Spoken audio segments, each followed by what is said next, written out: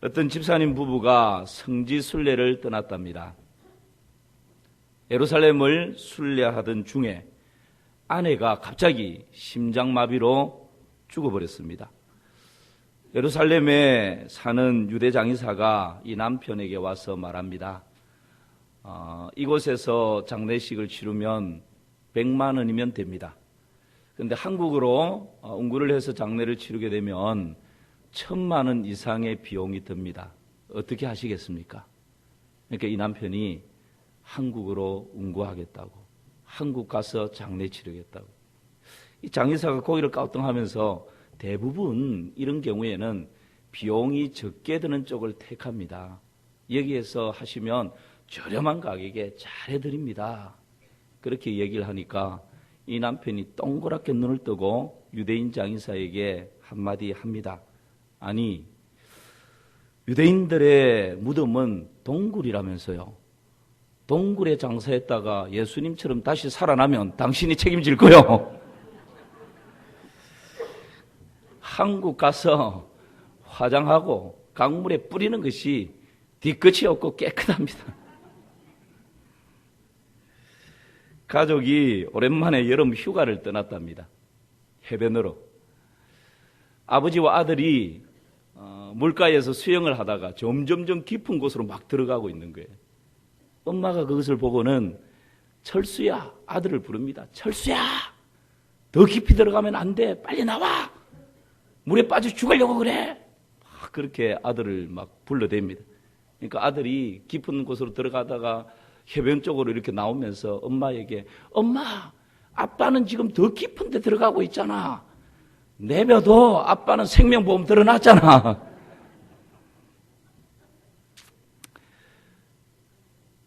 그냥 한번 웃고 넘어갈 이야기이지만 지금 이 시대를 대변하고 있는 이야기가 아닌가 생각이 듭니다. 보험금 때문에 남편을 죽이는 일들이 번번찮게 뉴스에 등장을 합니다.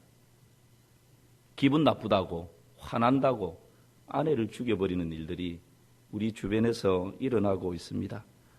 말 안 듣는다고, 아직까지 말귀도 제대로 알아듣지 못하는 어린 자녀를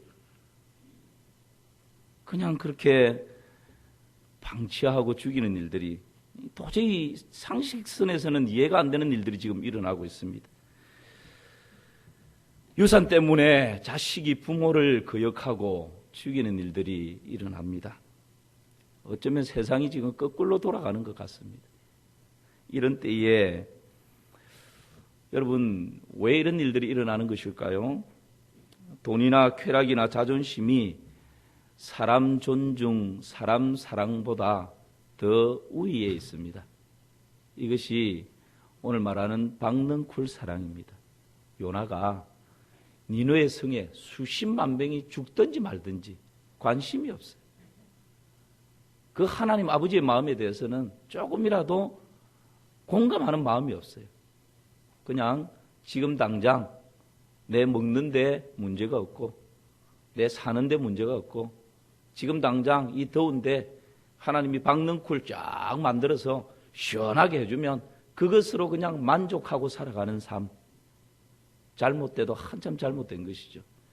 그 삶으로 박능쿨 사랑하면서 살다가 하나님 앞에 섰을 때 뭘 내놓겠어요?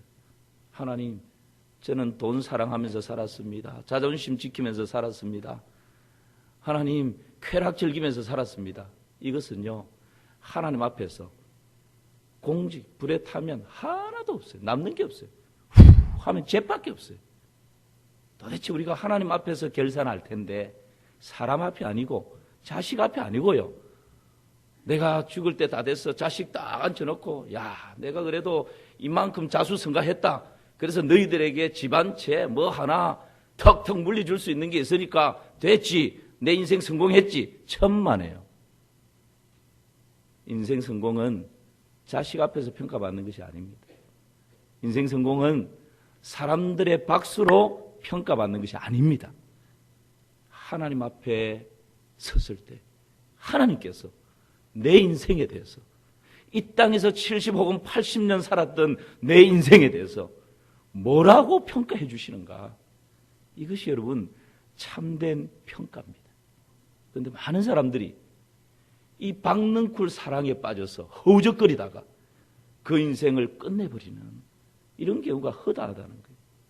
오늘 우리는 이 요나서 말씀을 통해서 이제 4장 마지막 부분에 왔습니다. 하나님께서 이 요나서를 통해서 또 요나 선지자를 통해서 거울로 삼아서 우리에게 말씀하시고자 하시는 하나님의 말씀이 어떤 것인지 다시 한번 들여다보기를 원합니다. 여러분, 이 박능쿨 사랑에서 떠나버리기 위해서는 어떻게 해야 하는 것일까요? 먼저는 이기심을 버려야 합니다. 여러분, 오늘 요나서 4장 5절 말씀 같이 보실까요? 5절입니다. 시작. 요나가 성읍에 나가서 그 성읍 동쪽에 앉아 거기서 자기를 위하여 초막을 짓고 그 성읍에 무슨 일이 일어나는가를 보려고 그 그늘 아래에 앉았더라. 지금 이 상황이 이제 어떤 상황입니까? 우리가 요나서 1장부터 쭉 함께 말씀을 나누면서 왔기 때문에 여러분 대충 아실 것입니다. 하나님이 요나를 니느웨로 다시금 보냅니다. 요나가 하나님의 명을 받들어서 40일이 지나면 이 니느웨 성이 멸망할 것입니다. 재앙을 받을 것입니다. 막 전파합니다. 그러나 요나의 마음속에는 그래, 내가 전하는 것처럼 멸망해버려야 돼.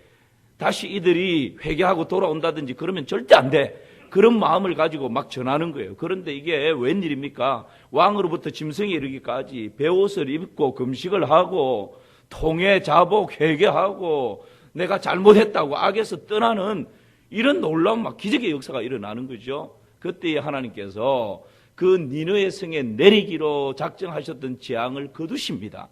그리고 그 니느웨 성에 하나님의 긍휼과 자비를 베풀어 주십니다. 이것을 보면서 요나가 또 막 화가 난 거예요. 도대체 뭐 하나님 이럴 수가 있냐고.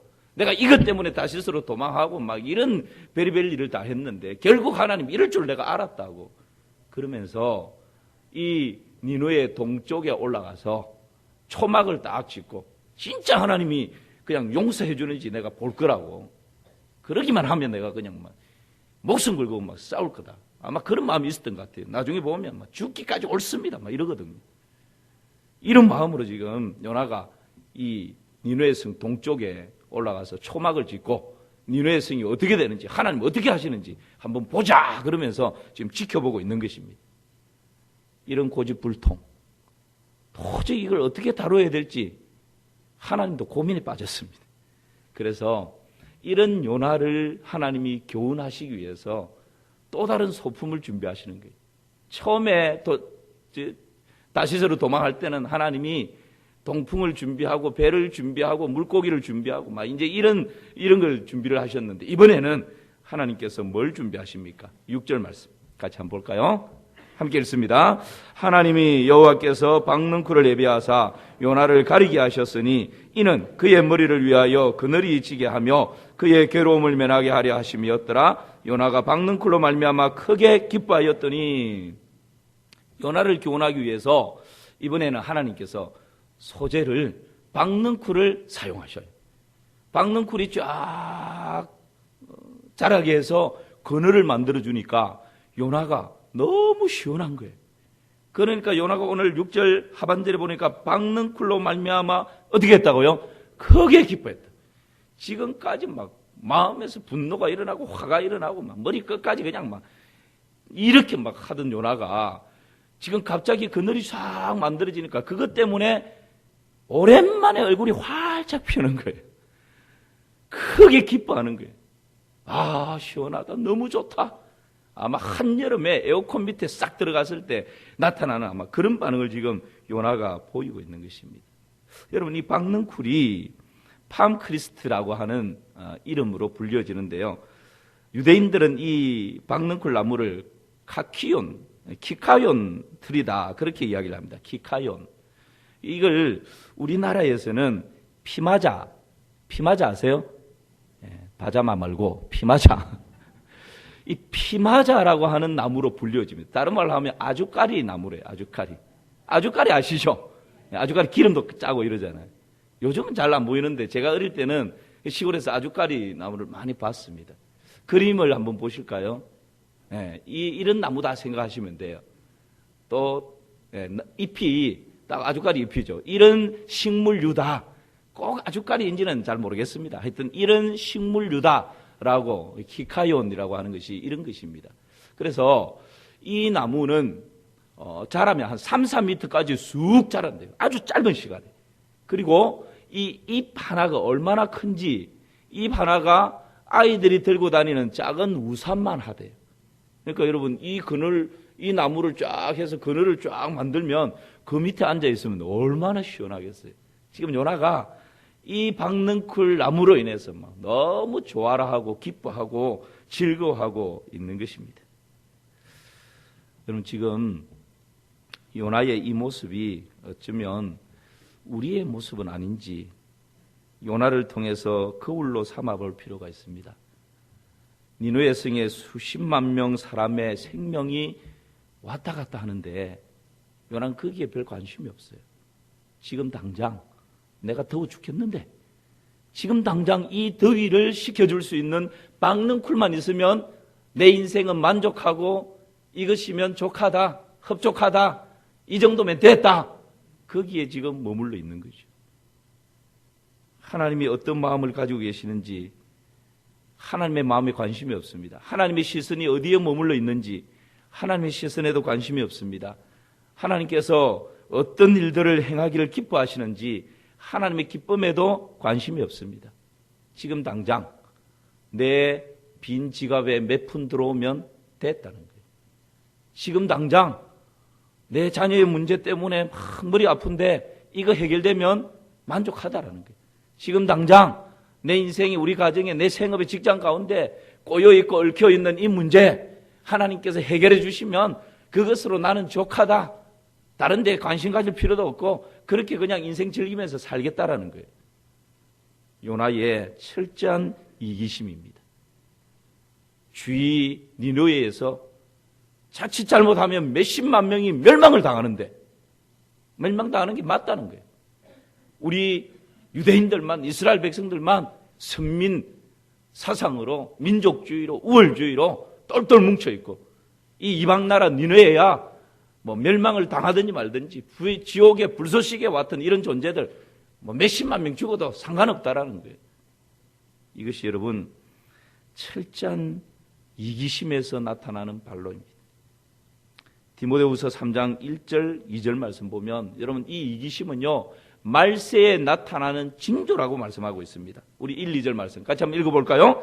너는 이것을 알라. 말세에 고통하는 때가 이르러 사람들이 자기를 사랑하며 돈을 사랑하며 자랑하며 교만하며 비방하며 부모를 거역하며 감사하지 아니하며 거룩하지 아니하며 말세에 나타나는 징조들이 있는데 뭐라고 말씀합니까? 자기를 사랑하고 돈을 사랑하고 부모를 거역하고 감사하지 아니하고 여러분 지금 나타나는 징조들 아닙니까? 철저하게 자기 사랑, 돈 사랑, 부모 거역, 철저하게 이기적인 이 삶으로 달려가는 것이 말세에 나타나는 현상들이라는 거예요. 디모데후서 3장 4절도 보십시오. 배신하며 조급하며 자만하며 쾌락에 빠져서 쾌락 사랑하기를 하나님 사랑하는 것보다 뭐하다고요? 더하다는 거예요. 내 인생의 말초 신경을 자극하고 잠시 누리는 그 쾌락에 빠져서 살아가는 것, 그것 때문에 가정이 깨지고 자녀들이 멍이 들고 그것 때문에 하나님의 거룩이 훼손돼도 상관없다는 거예요.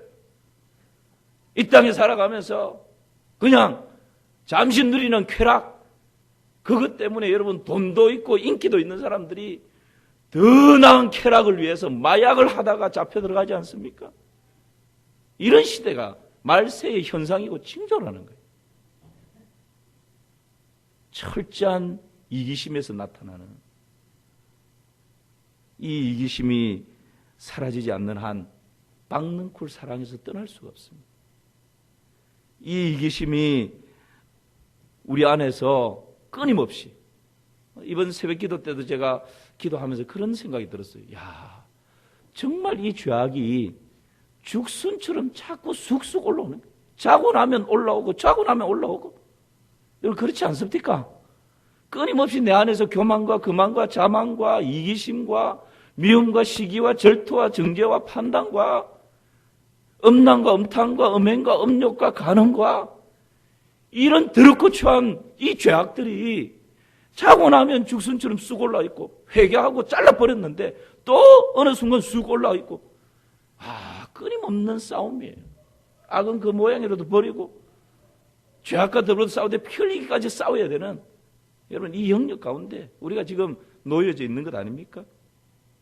이것을 깨끗이 처리하지 못하면 우리 일생은 끊임없이 이 박능쿨 사랑에 매여서 살다가 그렇게 인생을 끝내버리는 거예요.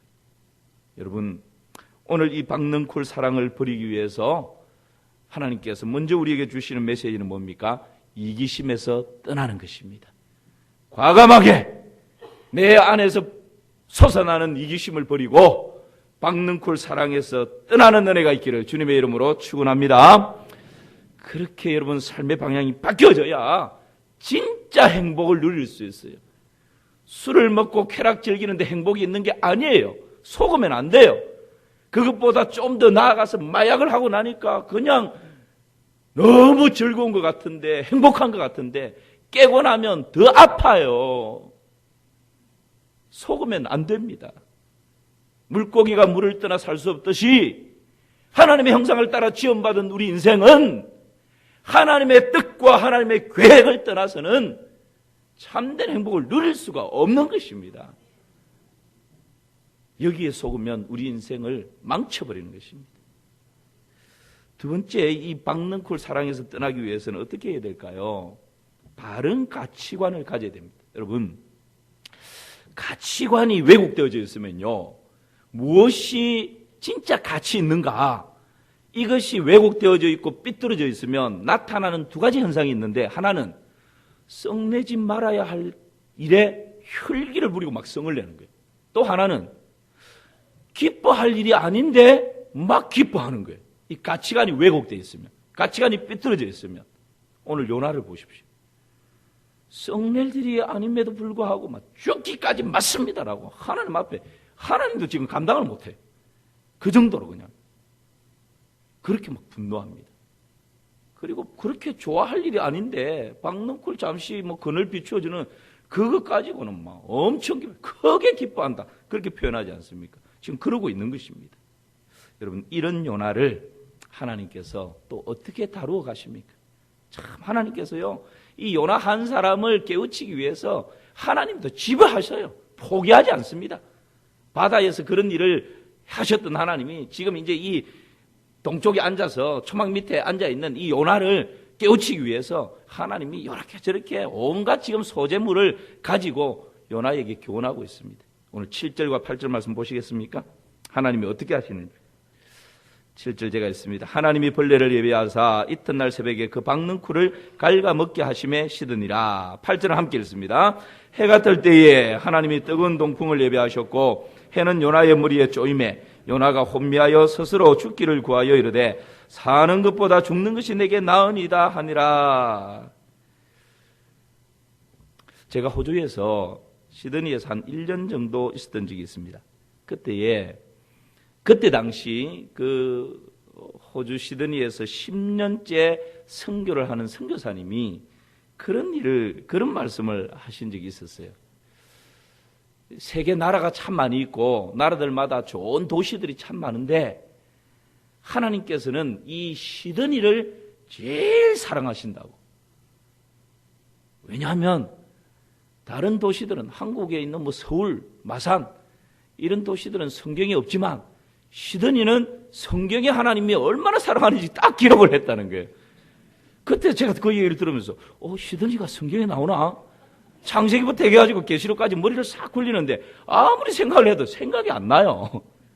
그때 그 선교사님이 요나서 4장 7절을 딱 떼면서 얘기를 해요. 7절 한번 띄워보십시오. 7절. 예. 같이 한번 읽어볼까요? 하나님이 벌레를 예비하사 이튿날 새벽에 그 박능쿨을 갉아먹게 하심에 시드니라. 그래서 시드니가 성경에 나와 있구나. 시드니라, 라자를 딱 빼고 시드니, 이렇게. 제가 그 선교사님을 보면서 자기가 선교하는 땅을 이 정도로 사랑하시는구나. 여러분, 사랑하지 않으면요 그냥 그 잎이 시들었다 이렇게 느껴지지, 내가 선교하고 있는 이 땅 시드니가 이 성경에 기록되어 있구나, 사랑하지 않으면, 관심을 가지지 않으면 몰라요. 그게 눈에 안 들어옵니다. 그런데 사랑하면 평소에 안 보이던 것이 들어와요. 사람도 그렇고 그 나라도 그렇고 민족도 그렇고. 여러분, 지금 요나는 니느웨에 대해서는 관심이 없습니다. 그러니까 이 니느웨가 멸망을 하든지 말든지 몇십만 명이 뭐 죽든지 말든지 관심이 없어요. 오히려 죽어야 마땅하다 막 그렇게 막 고집 부리고 있는 것입니다. 하나님이 그거 깨우치려고 박능쿨 소재를 썼다가 이제는 또 더운 동풍을 소재로 삼아서 동풍을 불게 하니까 또 해가 떠서 아주 뜨겁게 그렇게 만드니까 머리를 쪼이고 이렇게 하니까 요나가 지금 어떤 상황입니까? 박능쿨을 갉아 먹으니까 햇볕이 내리쬐고 햇볕이 내리쬐는데 후덥한 동풍이 그냥 막 불게 되니까 요나가 막 정신이 혼미해지는 지금 이런 상황 가운데 있습니다. 스스로 죽기를 구합니다. 내가 이럴 바에는 사는 것보다 막 죽는 것이 더 낫겠습니다. 하나님 앞에 지금 이 지경까지 가는 거죠. 그럴 때 또 하나님이 참 우리 하나님은요 오래 참으심의 대가입니다. 우리를 향해서도 그렇잖아요. 지금 여러분 요나 보면서 야, 이 요나 고집도 진짜 보통 고집이 아니네. 뭐 최고집 위에 안고집이 있고 안고집 위에 무슨 고집이 있다 그러는데 이 요나는 요신데도 이렇게 고집이 세요. 이런 요나를 하나님이 또 포기하지 않습니다. 어떻게 합니까? 9절 말씀 한번 보십시오. 9절에 보면 하나님 이렇게 또 하셔요. 같이 한번 읽어볼까요? 하나님이 요나에게 이르시되 네가 이 박능쿨로 말미암아 성내는 것이 어찌 옳으냐 하시니 그가 대답하되 내가 성내어 죽기까지 할지라도 옳으니이다. 하나님이 이 소재물을 이제 다 썼습니다. 그래서 이제는 말로 야 요나야 네가 이 박능쿨로 인해서 이 박능쿨이 싹 만들어졌을 때는 네 그렇게 기뻐하다가 이 박능쿨이 없어지고 땡볕이 내리쬐는 것 때문에 내가 이렇게 화를 내는데 네가 이렇게 지금 이것 때문에 이렇게 화내는 것이 이게 지금 옳으냐? 하나님이 한마디 하시는 거예요. 교훈하려고 깨우치려고. 진짜 저 니느웨 성에 몇십만 명이 죽어갈 때 내가 그냥 멸망하겠다고 심판시키겠다고 그럴 때 네가 나를 가로막아서서 하나님 안 됩니다. 저 수많은 생명들을 하나님께서 심판하시면 하나님 그건 아니잖아요. 저를 봐서라도 하나님 좀 살려주세요. 이렇게 해야 되는데 지금 요나는 거기에는 관심이 없는 거예요. 오히려 죽어야 마땅하다 생각하고 자기에게 비춰줬다가 사라지게 만들어버린 이 박능쿨 때문에 막 화가 머리끝부터 난 거예요. 하나님께서 네가 지금 이렇게 하는 게 소위 선지자라고 하는 녀석이 지금 이렇게 하는 것이 이게 옳으냐? 하나님이 따끔하게 지금 한마디 하는 거예요. 그런데 요나가 어떻게 합니까? 하나님한테 대듭니다. 내가 죽기까지 옳습니다. 이래버리는 거예요. 야, 하나님도 두 손 들 것 같아요, 지금. 여러분, 이 요나가 왜 이런 반응을 보입니까? 가치관이 삐뚤어져 있는 거예요. 선민사상, 민족주의, 우월주의. 우리 이스라엘만 선택받았고 하나님의 특별한 사랑을 받고 있고 우리 이스라엘은 하나님 앞에 보배로운 존재다. 그러나 저 니느웨는 이방 나라들은 멸망받아 마땅하고 지옥의 불서시와 같은 존재다. 여러분 히틀러가 유물론적인 가치를 가지고 있을 때 유태인들을 600만 명을 학살해 버리잖아. 가치관이 왜곡되고 삐뚤어져 있으면 이게 막 우리가 상식을 뛰어넘는 상상도 못할 일을 저질러 버려요. 지금 요나가 그 가치관이 민족주의와 선민사상 가치에 딱 붙들려 있으니까 저 니느웨 백성들 몇십만 명 죽는 거 눈도 깜짝 안 하는 거예요. 마땅히 죽여야 된다라는 거예요. 이게 여러분 가치관의 왜곡입니다. 이 시대가 가치관이 왜곡되어져 있으니까 바른 가치관을 붙들지 못하니까 사람들마다 박능쿨 사랑에 빠져서 인생을 그냥 그렇게 보내고 있는 거예요. 덴마크의 철학자 키엘케고르는 이런 이야기를 했습니다. 그의 고향인 덴마크에 있는 큰 상점에 도둑이 들었는데 이상한 일이 벌어졌습니다. 도둑이 들었으면 물건들을 고가 물건들을 다 훔쳐가야 되는데 물건들이 그대로 있는 거예요. 그런데 아침에 물건 하나하나를 점검해 보니까 물건들은 그대로 있는데 가격표가 전부 다 그냥 뒤죽박죽 섞여 있는 거예요. 다이아몬드 목걸이와 같은 몇만 달러, 몇천 달러 되는 이런 고가는 1달러, 2달러 이런 가격표를 붙여놓고, 그리고 아이들 장난감 뭐 몇 달러 되지 않는 이런 데는 5,000달러, 10,000달러 막 이렇게 붙여놓은 거예요. 그 이야기를 하면서 이런 말을 합니다. 도둑들은 어떤 것도 훔쳐가지 않았습니다. 그러나 이 도둑들은 가장 중요한 것을 훔쳐갔습니다. 그들은 상품의 본질적인 가치를 훔쳐갔습니다. 도둑이 오는 것은 도둑질하고 죽이고 멸망시키러 옵니다. 여러분, 이 시대에 거짓 악한 영들은, 속이는 영들은요, 우리 안에 있는 본질적인 가치를 훔쳐가 버려요. 그리고 본질적인 가치가 아니고 비본질적인 가치를 진짜 가치인 줄 알고 붙들도록 우리를 속입니다. 이 속임에 참 가치를 뺏겨버리면 박능쿨 사랑으로 인생을 끝내버릴 수가 있다는 거예요. 지금 요나가 거기에 빠져 있는 거예요.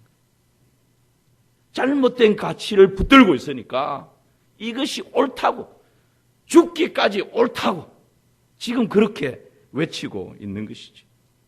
여러분, 돈을 사랑하고 성공을 사랑하고 명예를 사랑하고 인기를 사랑하고 쾌락을 사랑하며 나가는 이것이 여러분 박능쿨 사랑입니다. 박능쿨 사랑에 빠지면 우리 인생을 허비할 수밖에 없습니다. 잘못된 가치를 붙들고 있는 것이죠. 참 가치가 뭔지 모르니까 인생의 참 가치를 도둑 맞아버리고 거짓된 가치를 진짜 가치인 줄 알고 붙들고 있는 것이죠. 참 가치가 뭡니까? 여러분, 우리 하나님께서 우리에게 말씀하시는 참 가치가 뭡니까? 하나님 사랑이고 내 이웃을 내 몸과 같이 사랑하는 것인 줄 믿습니다.